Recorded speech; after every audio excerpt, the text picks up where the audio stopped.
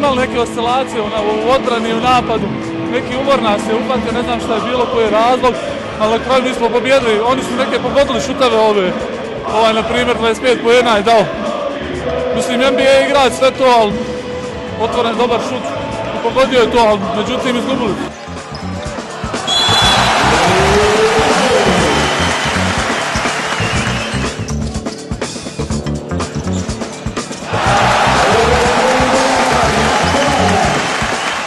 Good game. I don't know what to say. Well, we were fighting something we did wrong, but I feel good about this game because honestly, we had a team this game.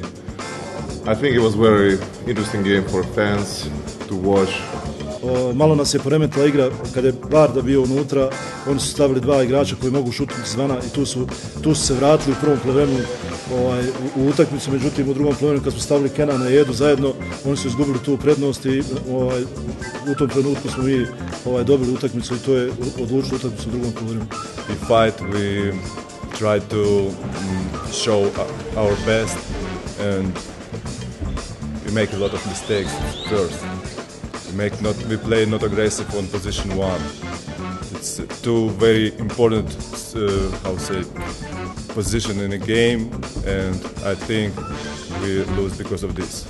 Mađari su opasni kuće, evo ovaj rezultat koji smo rekli sad da su izgubili velikom razlikom u Makedoniji govori da oni su malo podmladili ekipu, na strani će oni teško išta napred, međutim kući su vrlo opasni, Englezi su držali 35 minuta na egal rezultatu, mi moramo otići tamo koncentrisani, naša šansa, prva šansa da dobijemo utakmicu na strani, što je bila velika prednost su Mađari, mi ćemo to pokušati ostvariti i naravno dobijati ove utakmice u ovoj atmosferi koju je napravila naša publika večeras. Ja im se zahvaljujem i nadam se da ćemo im donijeti pobjedu iz Mađarske i da će protiv Engleza u trećem kolu ova dvorana biti puna, a u punoj dvorani ćemo teško izgubiti.